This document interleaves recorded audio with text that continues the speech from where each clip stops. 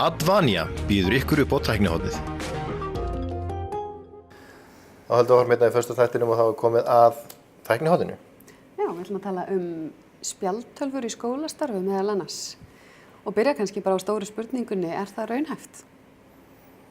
Já, það er eiginlega mjög góð spurning sko, því að ef við erum að horfa á, segjum 300 manna skóla, ef við tökum bara úlingast eða eitthvað þess að þar, að þá kostar spjaldtölvuvæðing það bil 22 milljónir á þessu 300 ef við ætlum að taka svona alvöru græju sem þá að kosta 70 til 80.000 krónur á mann. Síðan þarf að hugsa fyrir endurnýjun tækja og væntanlega á hverju einasta ári. Það er einhver afföll, eitthvað bílar og brotnar og þess að þar. Þannig að endurnýjun tækja er alveg frá 5 upp í 8 milljónir á ári. Það er svo sem ekkert neitt þannig, það eru kannski ríflega árslaun reynds kennara, en við rekum ekki reyndan kennara á hverju ári til að endurnýja tæki. Þetta er náttúrulega með það í huga að skólinn sé að útvega þessu spjaldtölvur. Já. Það sé ekki partur af námsgögnum sem foreldrar eru að kaupa. Nei, ég held það sem kannski afskaplega erfitt að líta þannig á það. Að segja foreldrum að þeir eigi að skaffa 80.000 króna tæki fyrir barnið. En á þessum síðustu og verstu tímum þegar að vera að tala niðurskurð hvert sem litið er og við getum séð það nú bara í nýju fjárlagafrumvarpinu. Er þetta þá eitthvað sem að, jafnvel þó það væri óskaplega fínt og gott, er þetta ekki bara eitthvað sem að þarf að ýta til hliðar og geyma drauma þangað til seinna, eða er þetta það mikill gróði af spjaldtölvuvæðingu að það ætti virkilega að fara að hugsa þetta strax? Það var vissulega að fara að hugsa það strax og fólk er löngu farið að hugsa þetta og það eru vissi skólar sem hafa tekið þetta upp, þeir hafa prófað, en þeir hafa ekki náð því að væða allt. Sko, þetta er spurning stefnu af vissu leyti. Sko, við getum sagt að einhver skóli taki upp spjaldtölvu við væðingu. Skiptir engu máli hvaða spjaldtölva það er. En þegar að skóli fer inn í þessa væðingu og tekur þetta stóra skref, fær til þess peninga og stuðning að ofan, sem er alveg gríðarlega mikilvægur, þetta er ekki hægt öðruvísi, að þá þarf skólinn raun og vera að spyrja sig, ætla ég að láta alla krakkana hafa eina tölvu eða ætla ég að setja upp bekkjasett? Og þarna er náttúrulega, þetta eru 2 kerfi, í raun og veru svona námskerfi sem eru gerólík. Vegna þess að í bekkjasetti þá er þetta að vinna allt öðruvísi með spjaldið, heldur en þegar þú ert með svona one-on-one eins og hitt kerfið er kallað. Vegna þess að spjaldtölvan í eðli sínu er einstaklingstæki. Þú fær spjaldtölvu og þú setur upp tölvupóstiðinn og Facebook-aðganginn og Twitterinn og allt ótíð. Og enn sem komið er spjaldtölvan ekkert sérstaklega skemmtileg í því að skipta notendur. Og þú getur ekki látið bara einhvern hafa vélina og hann loggar sinn á póstinn sinn og Faceið sitt og Twitterinn sinn. Það er ekki þannig, ekki ennþá. Ekki nægum með notið þá bara veflausnirnar sem að fer svona temmilegi taugarnar á öllum og þá er raun og veru spjaldtölvan búin að missa sko markmið sitt og kostinn. En námið sem slíkt, er það betra ef að nemendur væri með?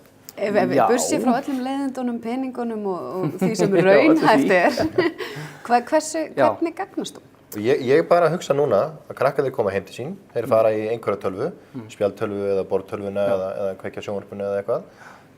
Sumir jafnvel fara út að leika sér en ekkert rosalega margir í dag, ekki við veturinn allavega.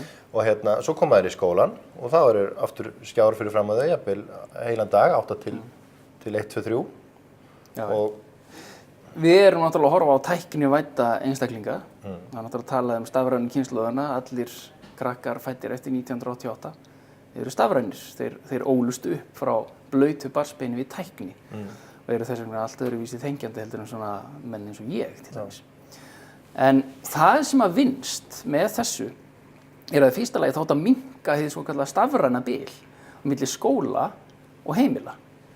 Við erum að sjá það til dæmis að 2008, það er náttúrulega aldrei langt síðan, að þá voru 83% allar grunnskólanema í Reykjavík, þetta er grunnskóla Reykjavíkur, þeir áttu sína eigin tölvu heima.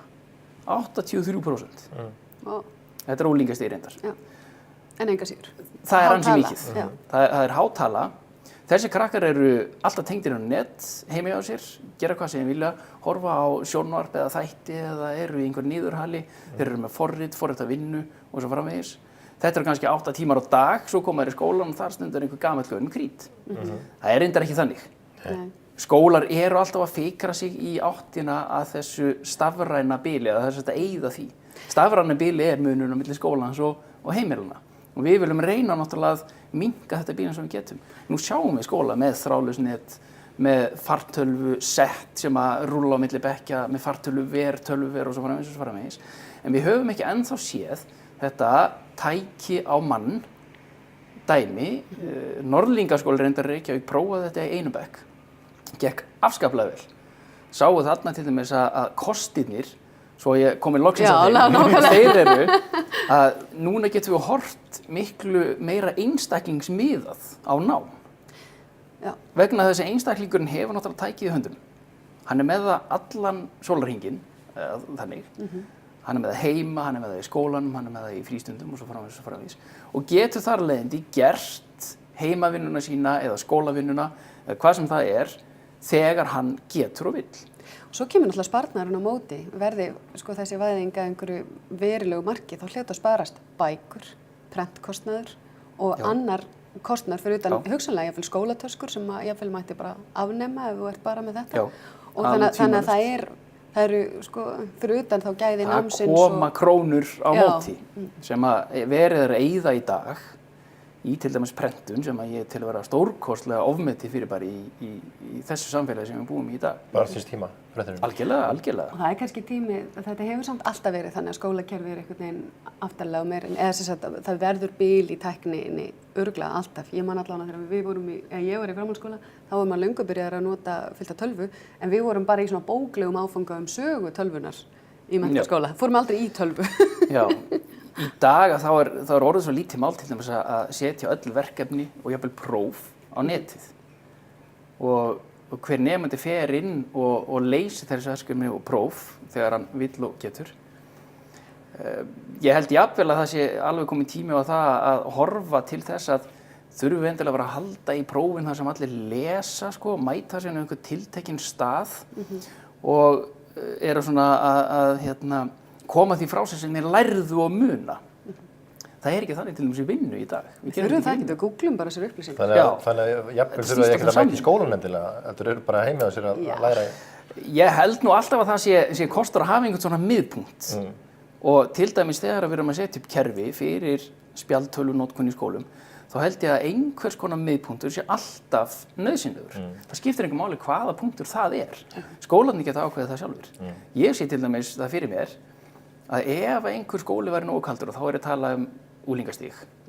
Vegna þess að þetta sem ég er svo hrifinn af, en var það ekki, það er sem sagt bannað yngri en 13, það er Facebook. Facebook í öllu sínu veldi en öllu sínum einfaldleika getur séð allt sem að við erum að sýsla með í skóla. Þú getur sett, kennari getur búið til grúppu, kalla þetta 4. bekkur A, það er bekkurinn hans, lokað henni, boðið sér öllum nemendum og öllum foreldurum, takkið þér, inn í þessu grúppu og svo setur hann bara verkefni, vídeó, ljósmyndir, slóðir inn á forvitnilegar heimasíður, forvitnilegar upplýsingar, PDF-skjöl. Þetta getur nefnilega líka aukið samskipti. Þetta er ekkert síðustu og verstu tíman, þetta er svona með þeim fyrstu og bestu tíman sem við erum upplifað. Þetta gæti verið stórkostlegir. Við erum lengur komin út á tíma, við getum rætt þetta mjög lengur. Spurning hvort þú komum bara aftur til okkur og ræðum spjalltölvu. Þetta eru vissulega mjög spennandi kostir og eitthvað sem þarf að gerast. Þú ert að fara á ráðstefnu, er það ekki? Það er risa ráðstefna á Akureyri í dag. Upp í menntaskóla. Þetta er skólaráðstefna meðal annars notkun tækni í skólum, nýjar leiðir.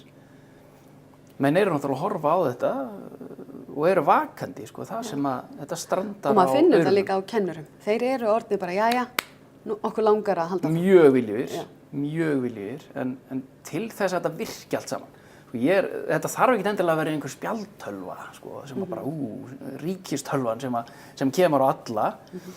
Ég myndi náttúrulega vilja sjá einhvers konar fjölbreytni, menn myndi kannski einhver horfa á fartölvur og er ekki miklu líkur á að nefndu kunni bara miklu betur á spjaldtölvunum heldur en kennari? Mögulega, en svo erum við til dæmis að horfa á spjaldtölvun er svolítið skrítið fyrirbæri vegna þess að hún hendar eiginlega unglingum best í skólastarfi, virðist vera. Vegna þess að þegar við komum í menntaskóla þá breytast vinnubrögðin. Það er ritgerð, það er meira þessu ritaða máli. Þá er spjaldtölvan ekki farin að skila sínu alveg nákvæmlega eins og þá er jafnvel hægt að fá sterkari tæki fartölur sem eru betur tækni búin, eða þessi búin tækni fyrir lægri upphæð. Við verðum, mér líður eins og við höfum bara verið að byrja. Já, ég veit það. En við verðum að hætta já. Hann er alveg að missa þessi tæknumöndin hérna alltaf. Herðu, takk hérna fyrir að koma. Takk fyrir komuna. Við erum að segja tíma þetta núna. Þá farið við Elsa, við möttum ræða þetta meira seinna meir. Gerum það.